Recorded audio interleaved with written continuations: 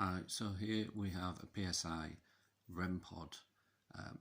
The design was in mind of making it smaller really. I needed to fit the circuitry inside the box and I didn't want the box to be too big, so I designed the box with a yellow and black colour scheme, and also this box is half the size of a normal REM pod. If you get a normal REM pod, it's about that size to this one, and as you can see, the size of my hand to the size of the box, it's a lot smaller. Also, with this REM pod, I did a detachable external antenna as well as an internal antenna. The detachable external antenna, let's just take that off.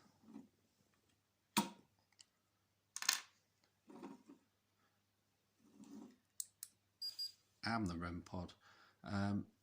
There's an internal antenna running through the back of here.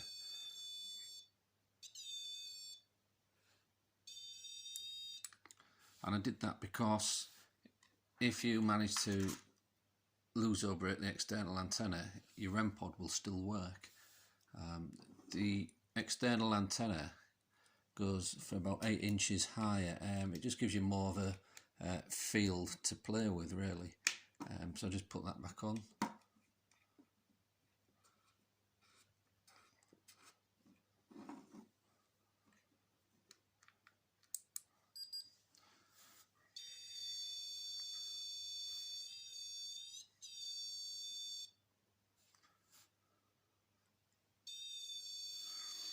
And as you can see, it works with or without the antenna, and it's quite sensitive as well.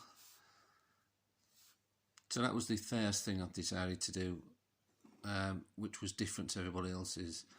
Second thing I decided to do was the LEDs. I sat them in a chrome metal holders that protects the LEDs. I decided to go with different coloured LEDs, just didn't want to keep them all red. And the box itself as well is a bright yellow, but you can't tell in this dim light.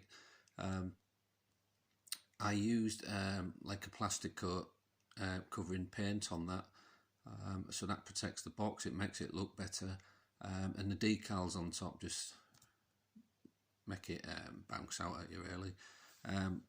Another thing I did, I made it weather tight. You may think this is a bit strange, but people get caught outdoors when they're investigating. So on the second one, I'll just quickly show you. On the inside of the box, you've got the weather seal there, and these holes are where the LEDs go from the inside, and to hold them in place, resin's being used as well. So it can rain on top of this one, and it won't get wet, and it won't change the fact that it stop it working or anything, which I thought was a pretty cool idea, so that's why I went with that. It's ran off an 9-volt square battery, and the battery bay is just placed underneath there, so it's easy access. You don't have to undo the lid or anything to get in to change your batteries. So there you have it.